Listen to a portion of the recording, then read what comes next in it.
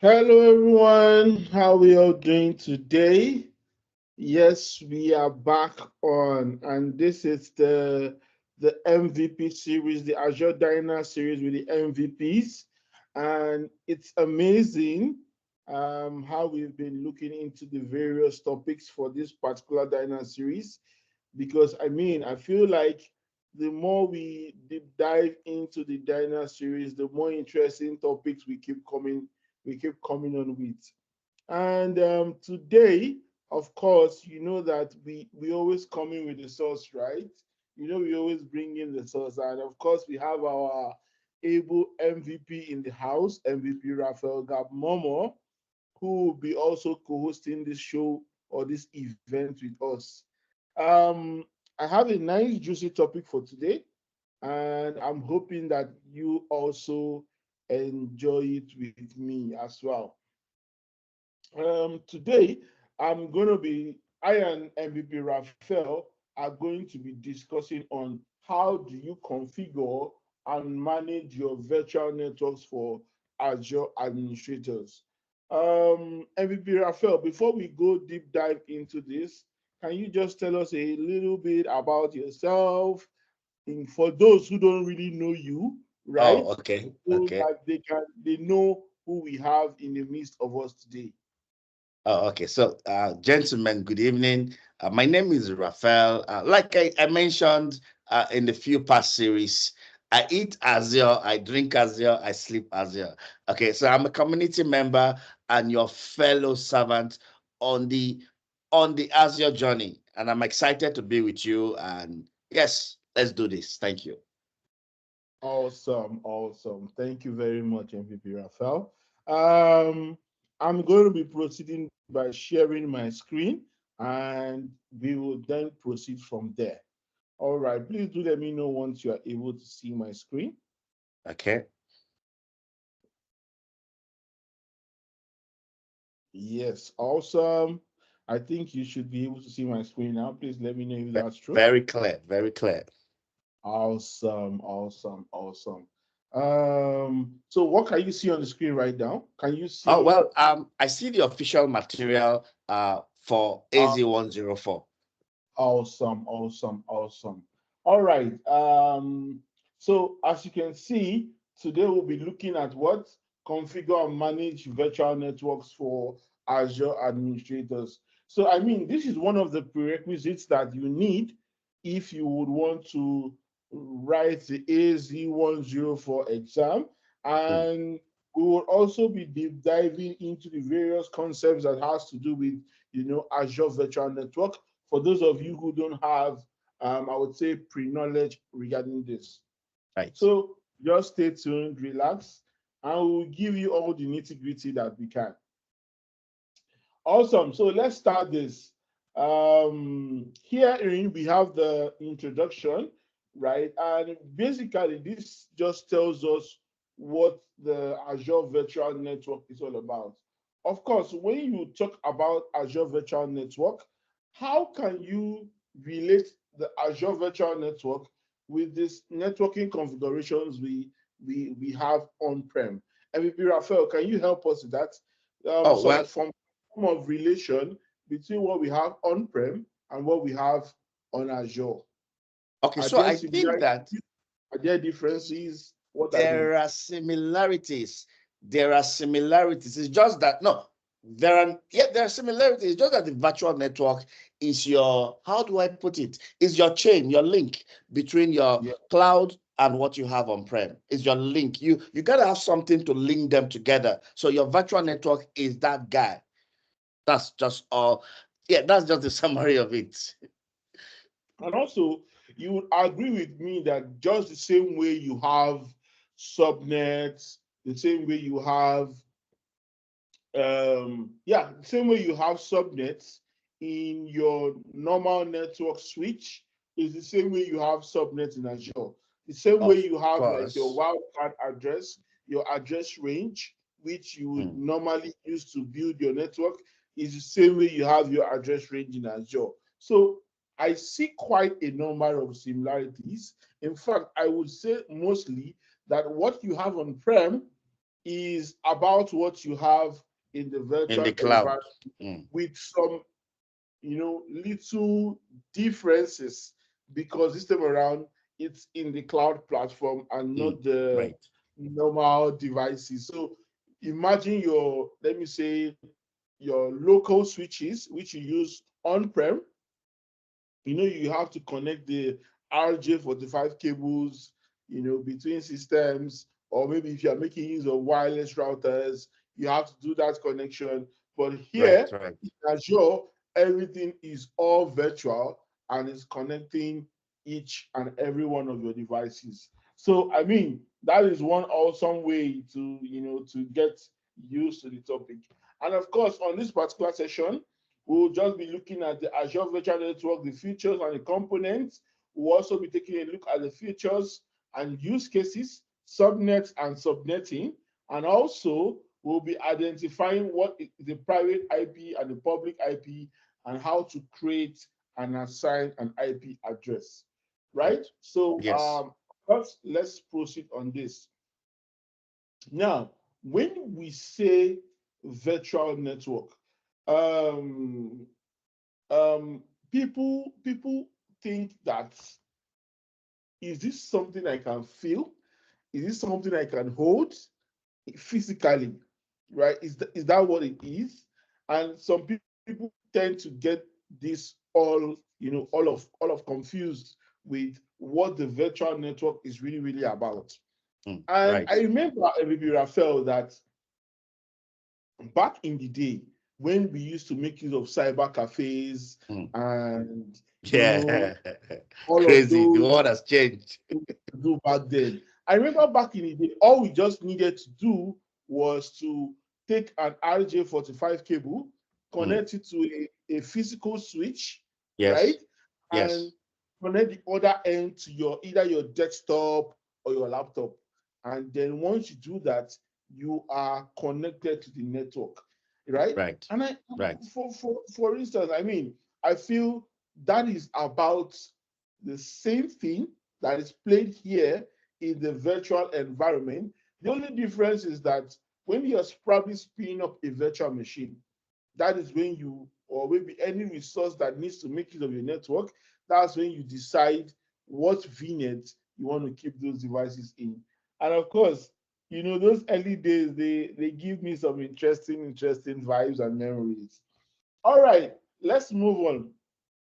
Now it says, what are the things you need to know about your virtual network? And the first point here, it says, virtual network is a logical isolation of what? The Azure cloud resources. Now, this particular point piques my Yeah. attention. Logical isolation. MVP Raphael, can you give us an idea why that word is used? Logical isolation. Well, like I mentioned earlier, like you rightly said, um, the things on-prem are the same things that are on in the cloud.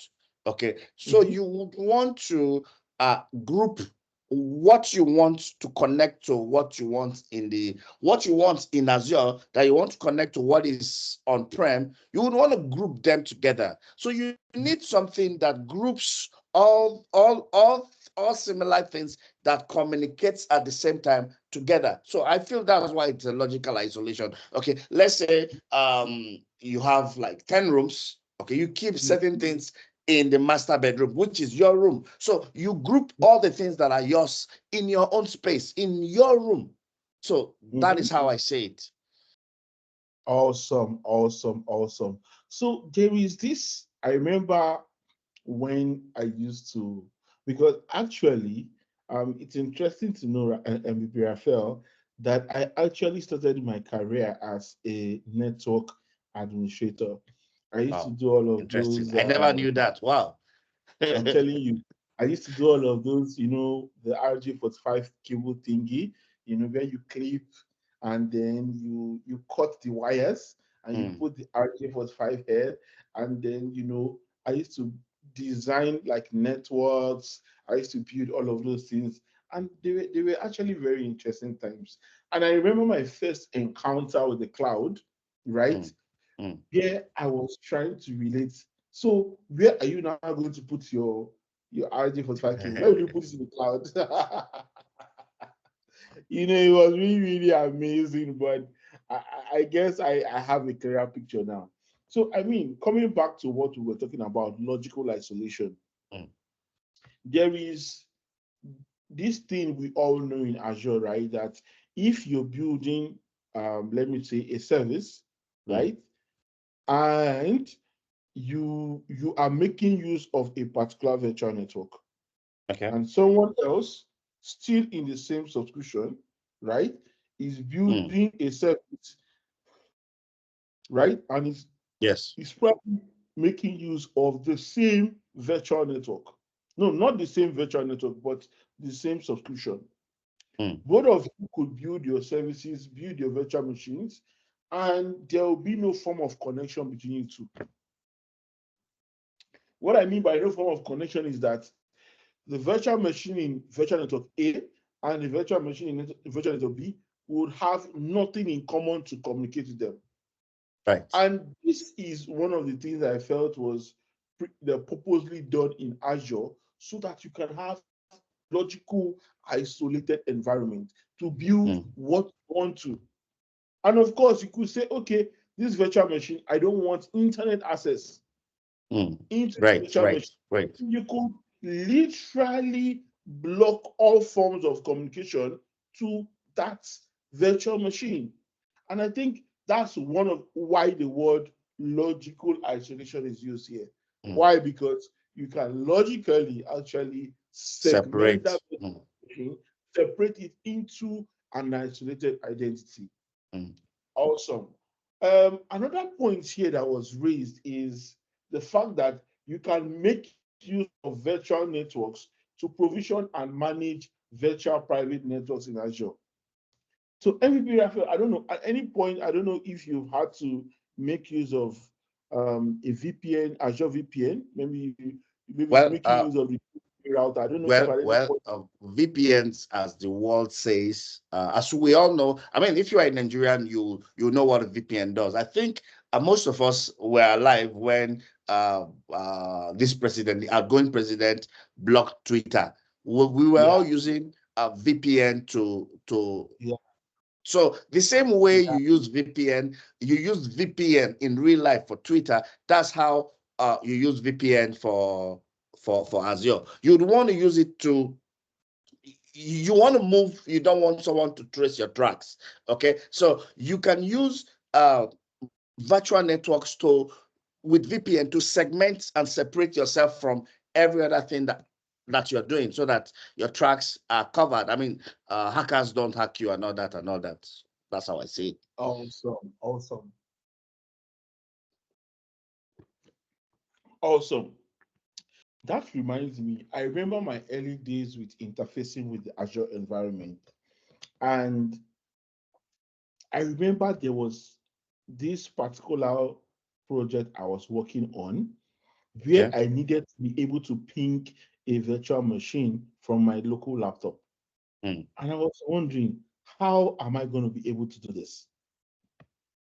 Guess what, MVP Raphael? Tell I me. found out that it's possible for you to spin up, for you to create a what's the word?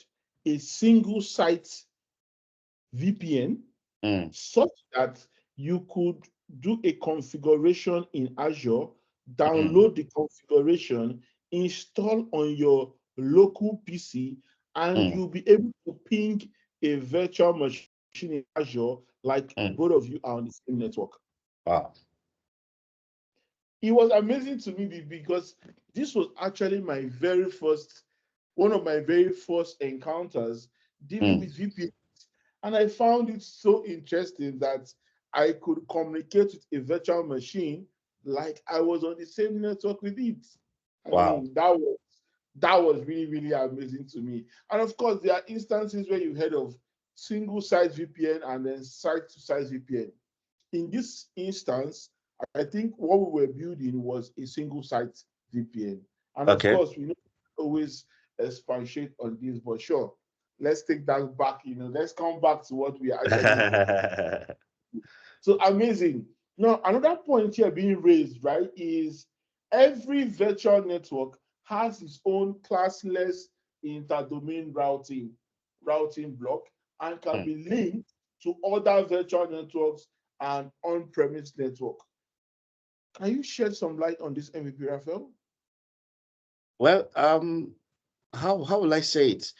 Uh, you can link everyone has his own stuff, okay, and you want to link them to like we said, VPN, VNet basically is to connect what you have in the cloud with what is on premise. So if you want to connect exactly, you want to connect exactly from with that CIDR block, you can connect it directly to another thing that is on premise without having an overlap. What is an overlap? Maybe you're using you want each connection to be unique. Okay, you don't want at the end of the day the IP address that you've already used for one, you want to go and use it for another. So it gives you that opportunity to be able to the CIDR block gives you opportunity to make each connection unique for each thing that you're connecting. That's just how I see it.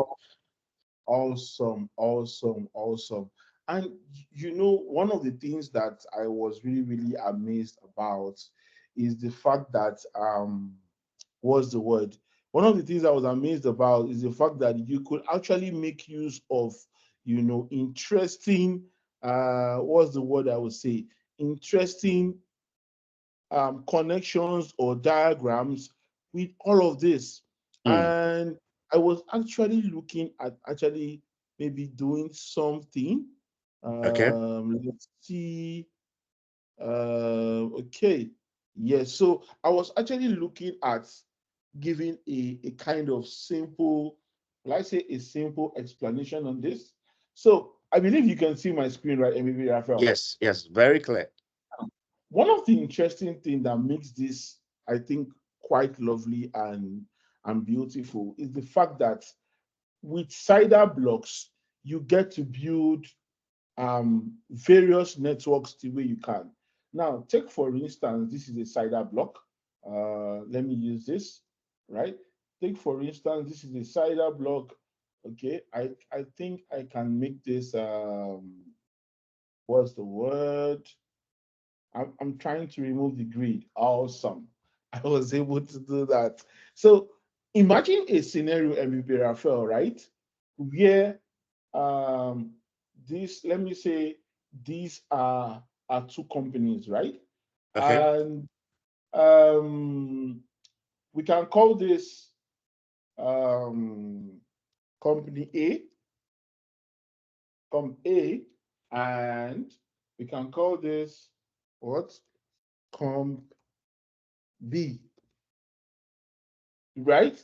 Yes. And let's say, for instance, yeah, sure, we are building some form of network, right? And what we want to do is, of course, they both have, we want a scenario where later in the future, both of them can be able to connect. I think one of the interesting things we can do here is to create different CIDRs for them. The classless inter-domain, right? Is it Mm. interdomain? Am I getting that correctly? I think the word is, yes, classless Yes, it's interdomain correct. routing, right? So one of the ways we can create or we can enable these two companies to be able to connect each other is by having a separate class for the CIDR. So what do I mean by this? You will see a lot of the times that most companies will start with something like this: 0.0 slash 24, right? Yep. And companies will start with something like this: 172, maybe 168.0.0 slash 24. Now, the beautiful thing about these two is that we can create various subnets in this and various subnets in this, and then we can do a pairing such that each of these can communicate to them. That's the beautiful thing about Azure. Now, in the very first instance of creating this guy is totally isolated from this guy, meaning that no form of network traffic or no form of communication from this guy would be able to understand whatever is being created here. And I think that is what makes it beautiful, right? I know, like, of course, if you were making use of the Azure environment, you would not probably see this box like this. I think Yes. there are various ways. I think there is a Azure, what's the word? There is like a, will I say, where you can bring in diagram exactly. This is what I was talking about, right? So here you could actually apply all of those things from Azure the same way you would see your virtual network and all of those things. Yes, so you would in Azure you would probably see this as your VNet, your virtual network. So you would have something like this here, and you would have something like this here, right? And Yes. it's amazing how then you can then link the two with peering, right? So you Yes. have like a peering, a peer connection between these two, a peer connection within these two that then provides the a kind of seamless connection, and then you can be able to ping devices in from here, and from here you can be able to ping devices from here. I mean, don't you, I mean, Yeah, Raphael, don't you it's think Azure amazing. It's has amazing. something It's so amazing. beautiful? It's amazing Also, how you can let two things in two different places that are unique, and if you want them to communicate to each other, you use peering. awesome. I mean, like you said it, you said it all right.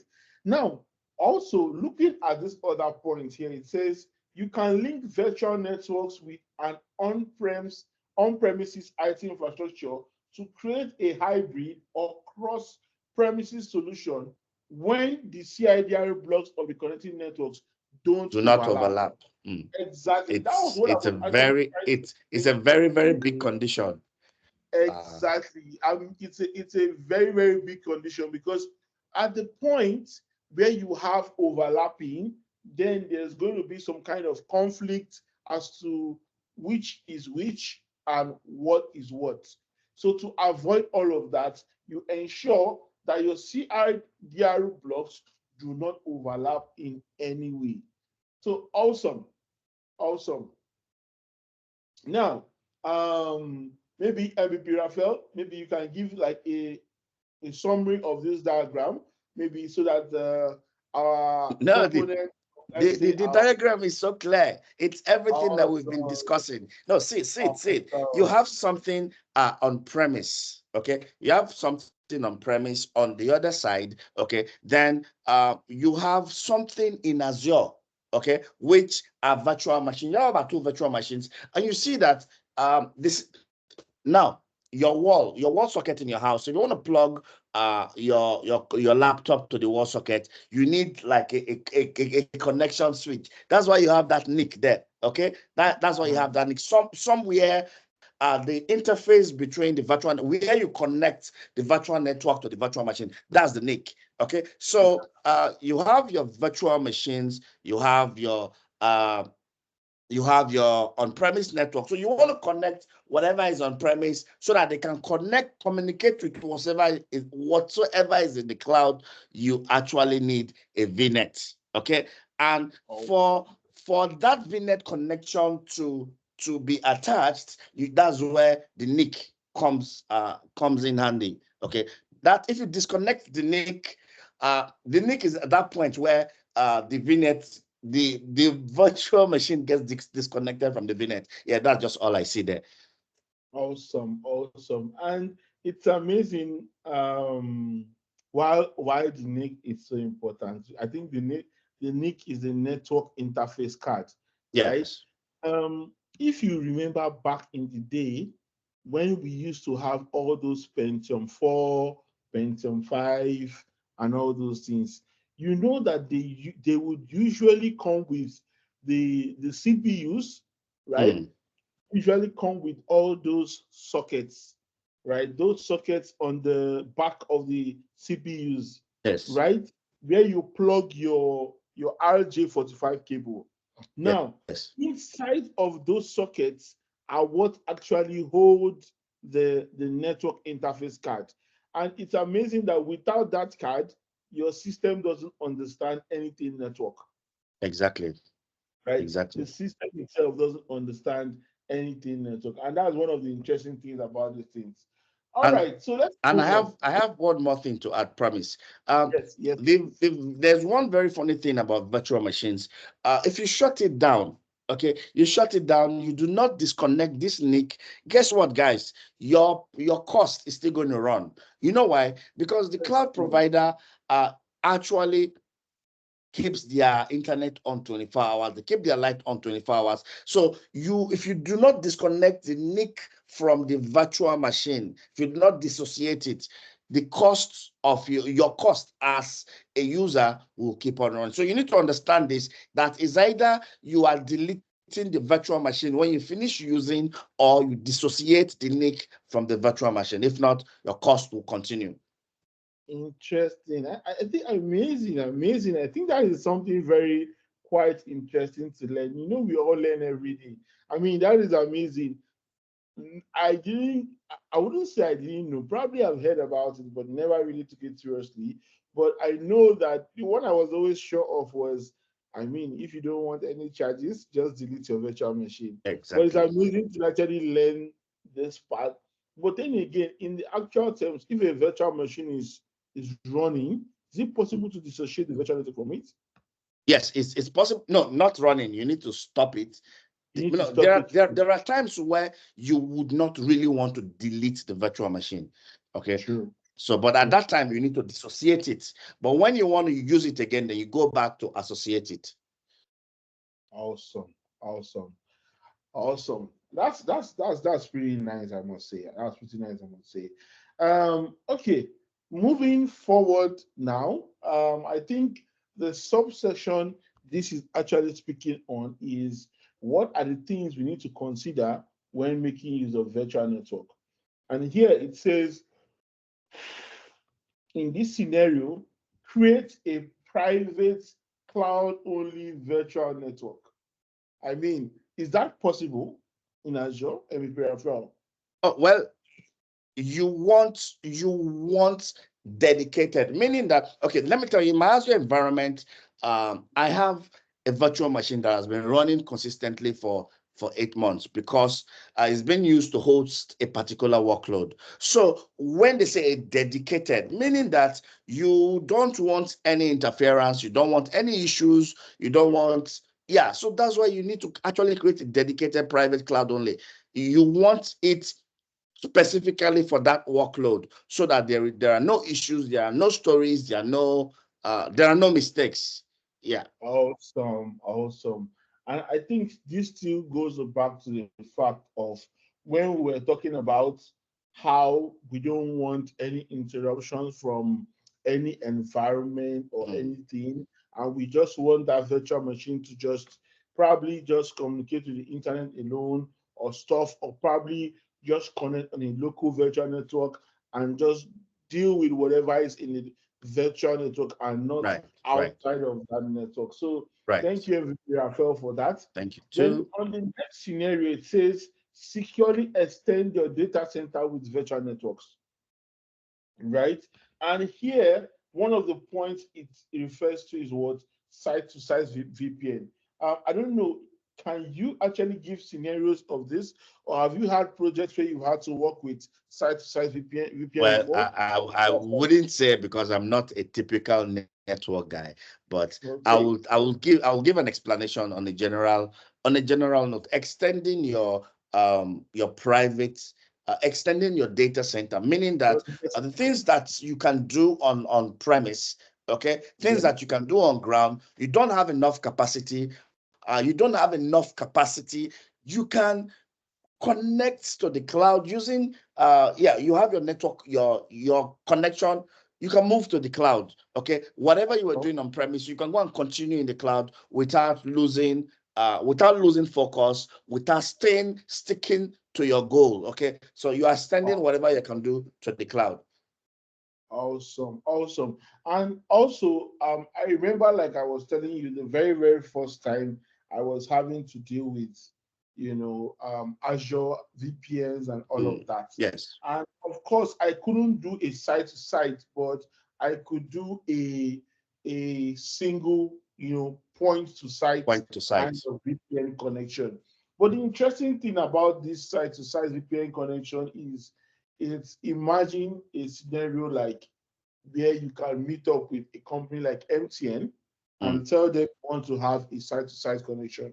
Basically, the way I see a site-to-site connection is also something referred to like this. Let's say, let me see what is a gateway here. Yeah, good. Let's say this is a gateway and this is another gateway. For instance, let me say this is the gateway of your let me say this is the gateway of your setup on-premise, right? Let's Yeah. say this is the gateway of your setup on-premise.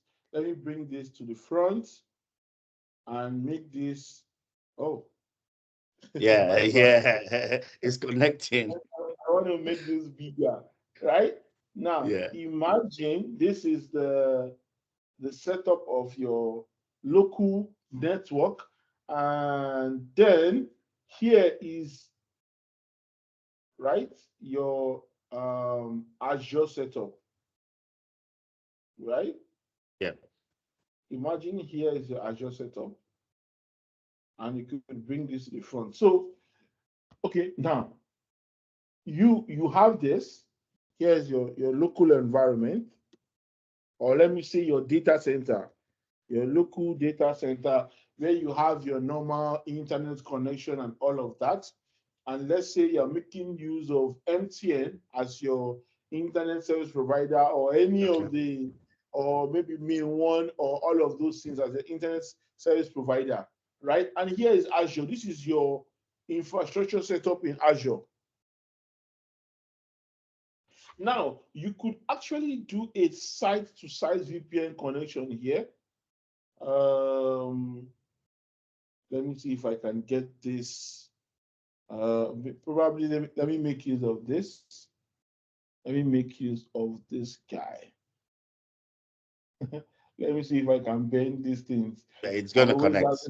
It's gonna I'm go. always It's gonna go. It's gonna go. most of the time I always have some issues actually bending these things. All right, so just imagine that, of course, you could talk to your local internet service provider here and says, oh, I want to build a site-to-site VPN with Azure.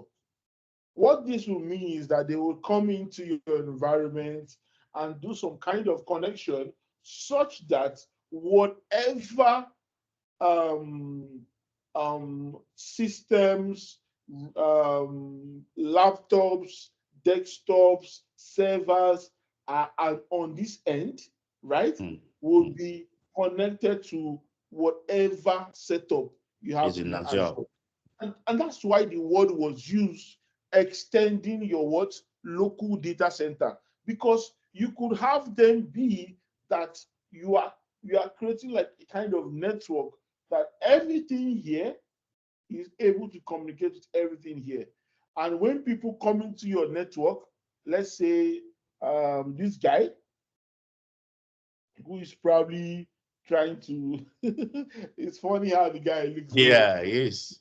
And He the guy is the cloud engineer.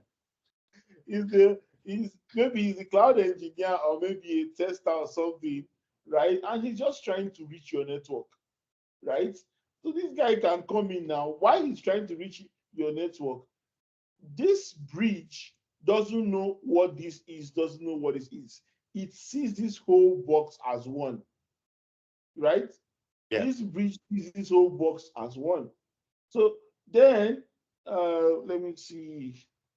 So then the guy comes in and says, hey, I want to browse, right? He says, hey, I want to browse. But the actual fact in itself is that whatever the device situation is, right? These two guys are able to communicate with guys. So there is like some interconnection. There's he some, does not even know if he's taking the thing and from the doesn't cloud or from know on-premise. All he knows is also that he's browsing. all he knows is that he's browsing or he's able Yeah. to get the feedback on whatever service he wants to share.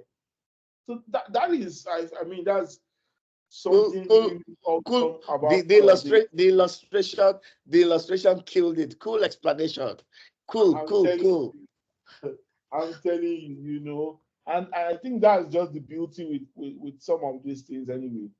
All right. I think the last point here is what enable hybrid cloud scenarios, right?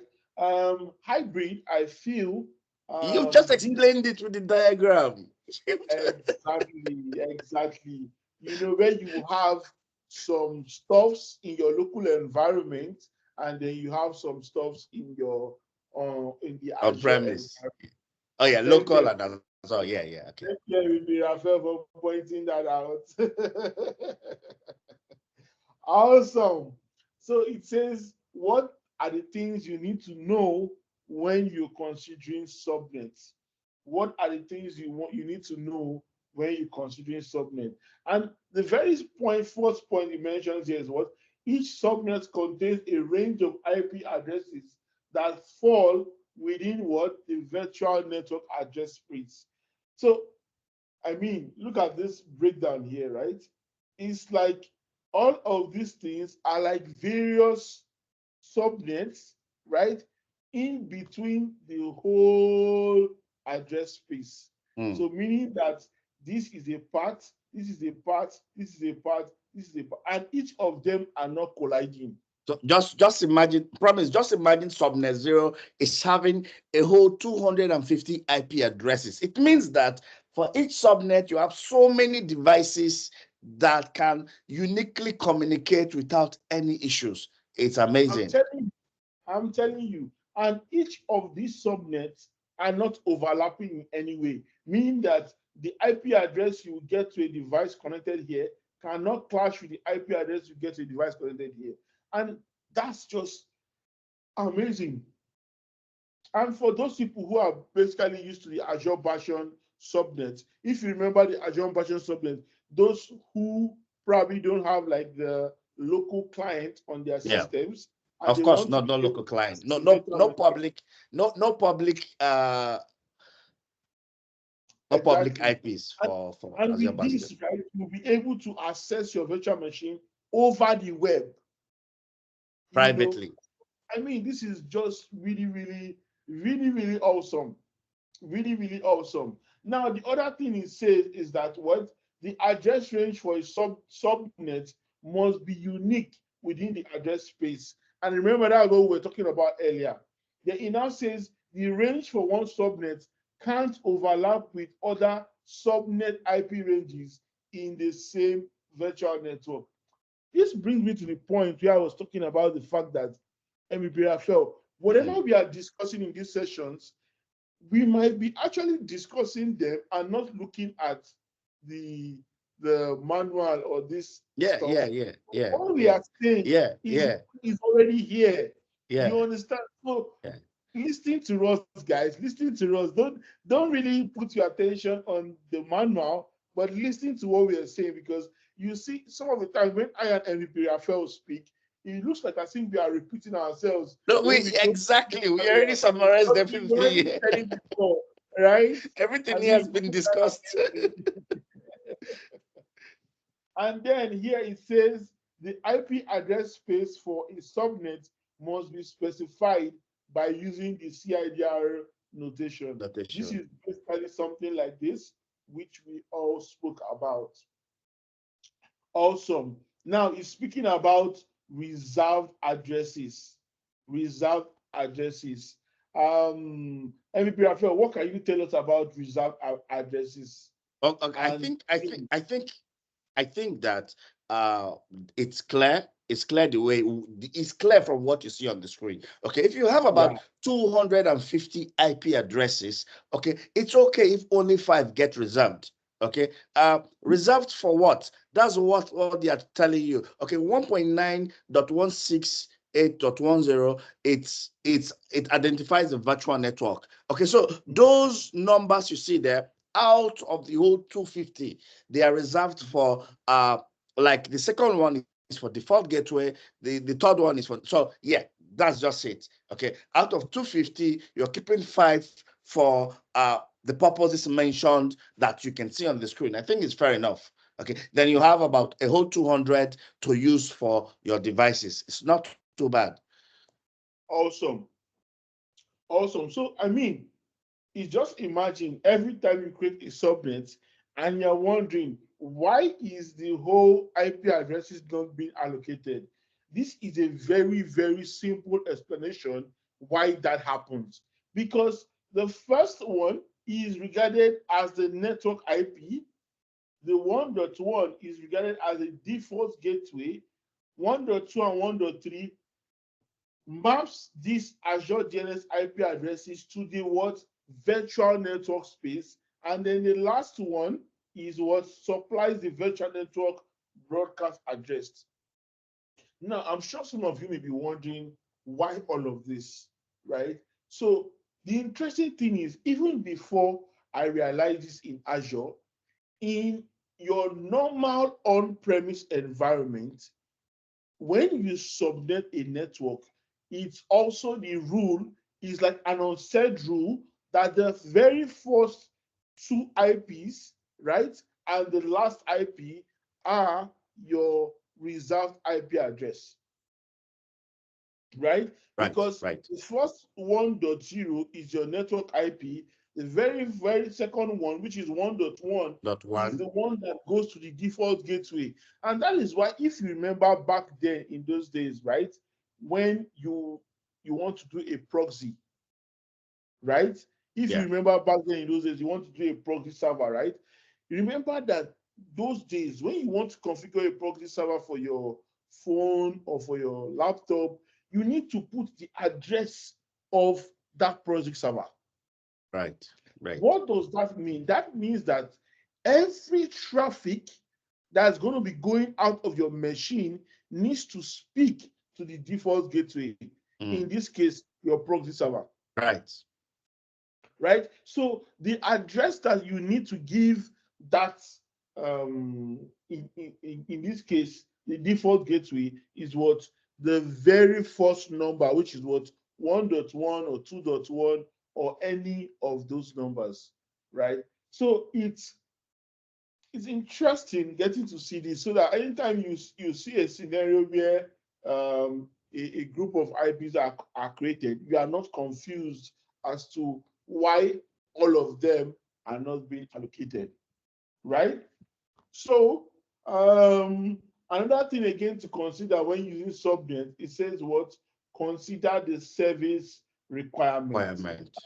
MVP Rafael, this 2 point, I know we are kind of very a bit crunched on time now, but I mean, what can you give us? Can you give us some details about this first 3 points, things to consider when using subnets? You know, it says service requirement, the virtual appliance, and the service endpoint. Can you Oh, give well, us some? I wouldn't say much, but I would just say that your virtual networks, you should number like the last one says, you consider service endpoint. What are service endpoints? You want to create special IP addresses that you want to use for your devices specially, so that they are not like public IPs and you want to communicate privately. So you put all those into consideration, because like, for example, if you have an SQL server, you cannot just you can't let it communicate privately. You can't let it communicate publicly. So, and as such, you must have an endpoint for it. And that endpoint, only a few people that have those privileges would know that particular IP address. That's why they will say that service, the endpoint of that service. That's how I see that one. Then consider network virtual appliances. Yeah, now you need to consider the requirements before you do any other thing. I think that sums it all up. Awesome, awesome. And there is also one very, very important feature which has to be configured anytime you are dealing with your network, which is the network security group. Can you give us some, just some very, in 1 or 2 minutes, just some very detailed explanation about what network security groups are and how they help you to protect your network? Okay, so I'm gonna talk about it from a general perspective. Okay, Okay. so It's 2 o'clock.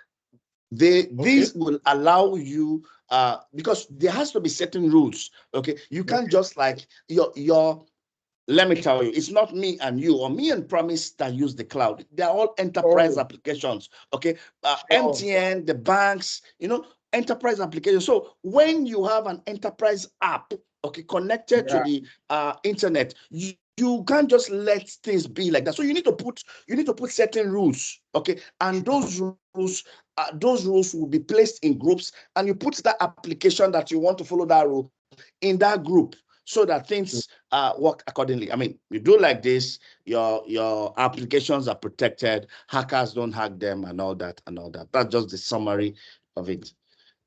Awesome. So to just briefly round up what MVP Raphael has said, right? Just look at this scenario, right?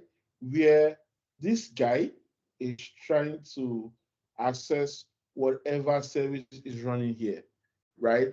Now, for instance, you don't want, let's say you're running a service here and you want to specify what port is going to be open in your service, right? So what you can do here is you can do something like the energy rule. Let me see if I can get that feature here.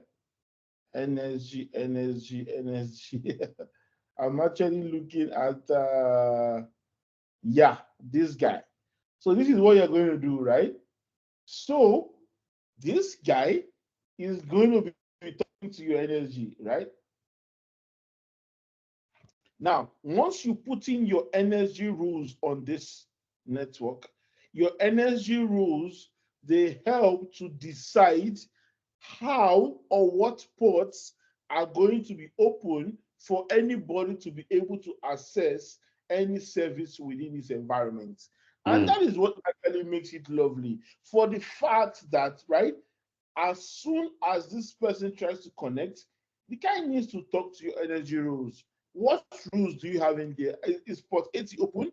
Is 440 open? Is 9921 or 167 or all of those things? Are they open?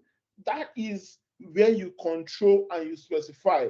And you say, okay, for my energy rules, I only want port 4413 or port 62773 to be open. You define all of that in your what?